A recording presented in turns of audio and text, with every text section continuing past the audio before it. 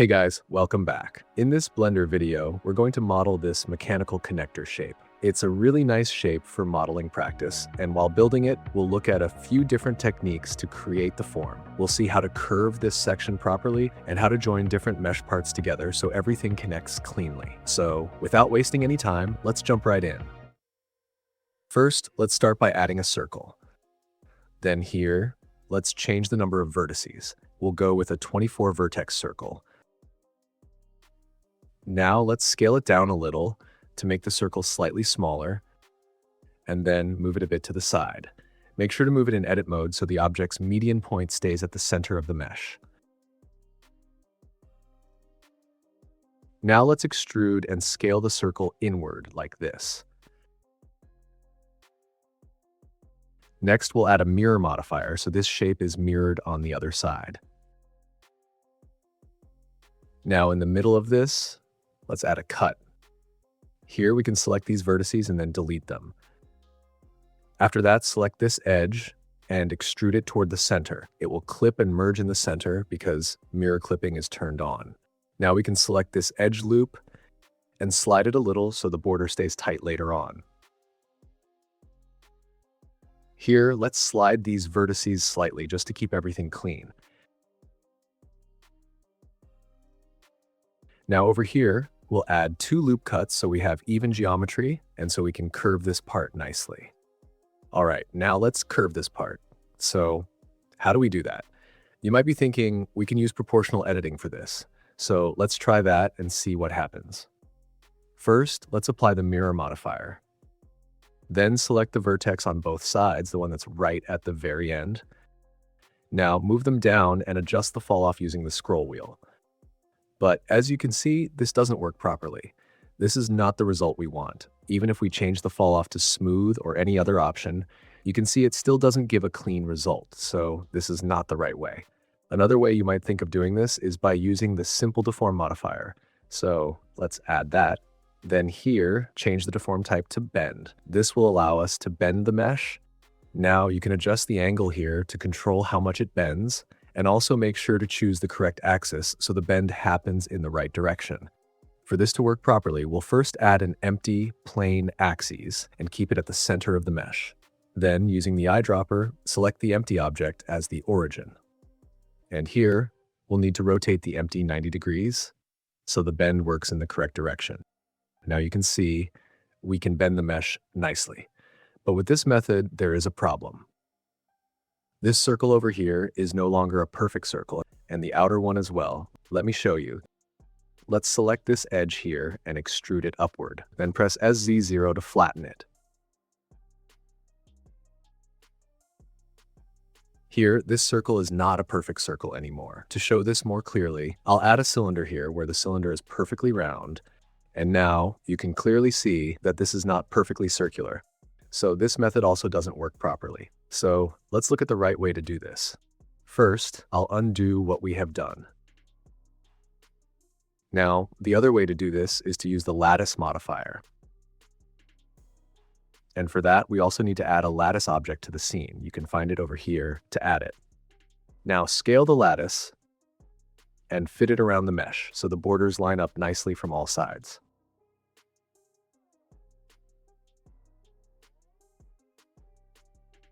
Next, go to the lattice properties and increase the resolution. We need enough geometry in the lattice so the mesh can bend smoothly. If the resolution is too low, the bend will not look clean. Now select the mesh, and in the lattice modifier, use the eyedropper to select the lattice object. At this point, if we change the shape of the lattice, the mesh shape will also change.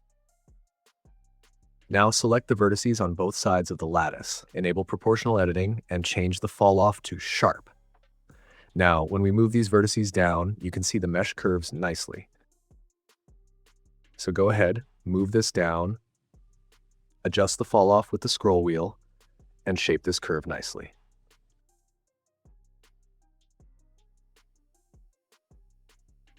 Once the shape looks good, apply the lattice modifier, and now the curve is perfectly done.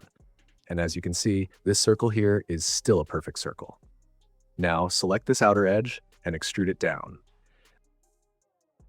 Then press SZ0 to flatten it on the Z-axis. After that, move it and place it nicely. Now we'll add the hole over here. First, press Shift-S and bring the 3D cursor to this point. Then let's add a cylinder. Here, let's go with a 16 vertices cylinder. Now scale it, rotate it, and position the cylinder so it fits nicely here to cut this part. To place this perfectly, here's what we can do. First, make this vertex the active one. Then go to the snapping options and set the snap type to vertex. And here, change this to active so only the active vertex snaps. Now move it up while holding Control and snap it into place. Then move it slightly outward. After that, separate it by selection to make it a separate object. Now select this object, then select the main object, press Ctrl-Shift-B, and choose Difference. Here we are using the Bool Tool add-on, so make sure it's enabled in Preferences for this to work. Now let's merge these floating vertices. First, turn on Auto Merge here at the top. Now slide and merge these vertices like this. Select the whole mesh, then press M and choose by distance to merge any overlapping vertices. For the remaining vertices, just slide and merge them. Now over here, we'll add 3 loop cuts so we can connect this properly. Here, add a cut to keep this part nice and tight and sharp. And here, connect this over to this side.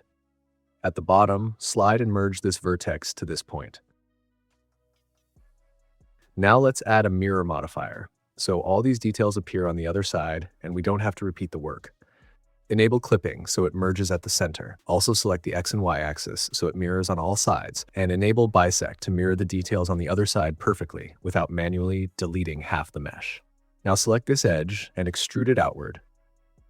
Then select this full edge loop. And now bevel it to keep the edge sharp. Set the profile to 1 and disable loop slide.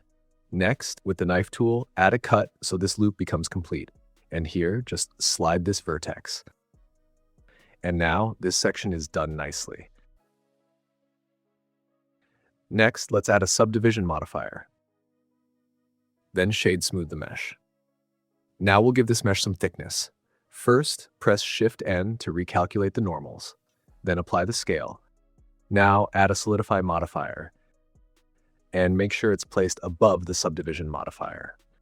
Then adjust the thickness until it looks right.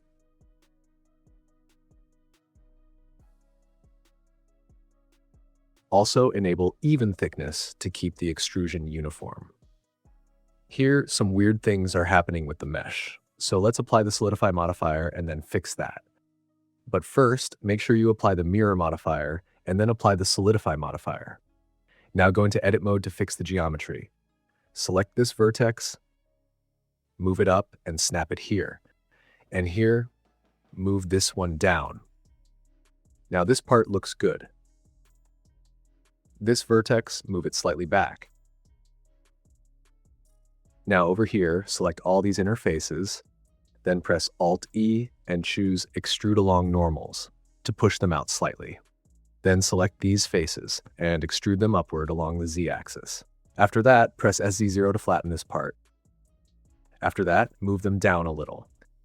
Now select this edge and bevel it to keep it sharp. Then select these 2 edges and bevel them as well. And now select these edges here and bevel them too.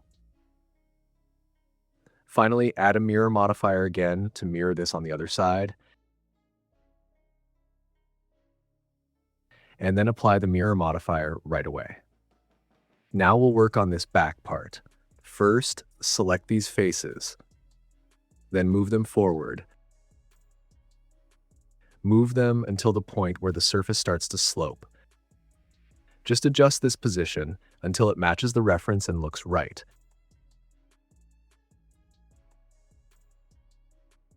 Delete these faces over here. Now add a loop cut here, right at the place where we can see a cut in the reference. Next, dissolve this edge and then add the cut again. This helps keep the surface smooth in this area. Now select these edges to extrude them outwards. Just move and tweak this a bit to get it looking right nicely. Now extrude this part outward. Next, select these faces all around, press Alt-E and choose Extrude Along Normals, then expand them slightly. Now select only these faces here, again press Alt-E and Extrude Along Normals to expand this area a little more. Delete these edges here. Also delete this inner part, so later we can use the Boolean cleanly without any problems. Now let's add a few loop cuts here, like this. This gives us even geometry so the surface holds its shape and doesn't stretch. Now we'll join a cylinder here. First, select this edge, then press Shift-S and bring the 3D cursor to this point. Now add a cylinder. This time set it to 12 vertices, a little lower resolution. Now scale and position the cylinder so it fits nicely in this area. Keep it slightly outside here so we can join the vertices cleanly later. Scale it up and adjust the position. Try to align the cylinder edges with the edges of the other cylinder and make sure they are not too far apart. Otherwise, the faces will stretch and change the shape, which can cause shading artifacts.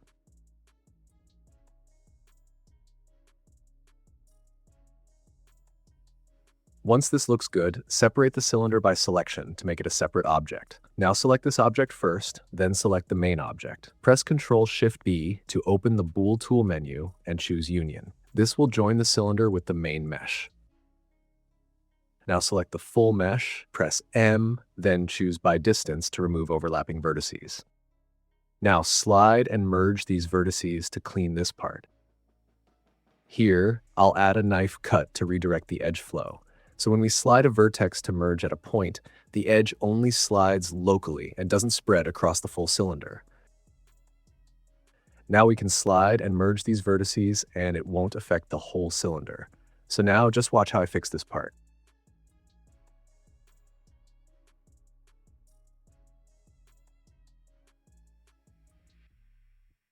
Here, add loop cuts and join these vertices like this.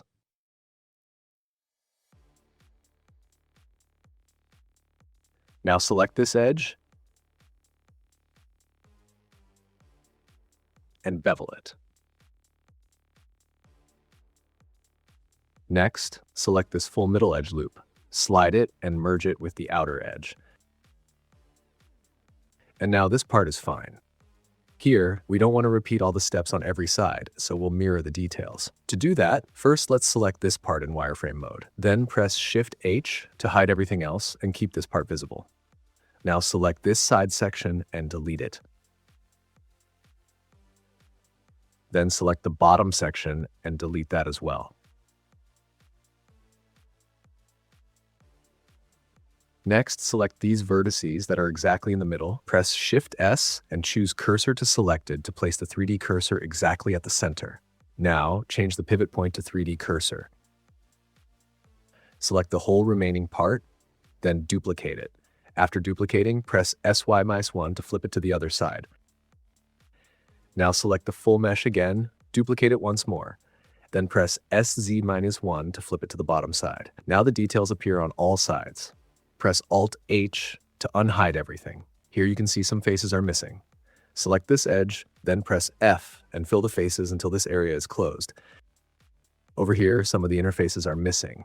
So to fix that, select these top faces here, then duplicate them. After that, press SZ-1 to flip them to the bottom side. Now this part is filled properly. Next, select these two edge loops, then choose Bridge Edge Loops to connect them. Now this section is filled. Do the same thing here. Select these edges and Bridge Edge Loops again. Then dissolve this extra edge. Now select these two edges and bevel them. If the bevel doesn't work properly, it means the normals are facing the wrong direction. You can see some faces appear red, so press Shift-N to recalculate the normals. Now select those edges again and bevel them. This time it works correctly. Now add a few loop cuts inside here. Then select these edges and bevel them as well. Also bevel this edge to keep the surface tight and sharp. Now select these edges and extrude them inward. Then extrude them downward and leave them there. Then select these edges here, the top and bottom ones. After that, bevel them to keep the edges sharp. Now select this bottom edge loop fully all the way around, and then bevel it. Now this looks good. Finally, add a subdivision modifier. Then shade smooth the object. Now this is looking really good. Alright, so in this video, we modeled this main base shape. In the next part, we will model the small details in there. So if you found this helpful, don't forget to like, share, and subscribe, and also comment below and give your feedback. Thanks for watching, and I will meet you in the next part.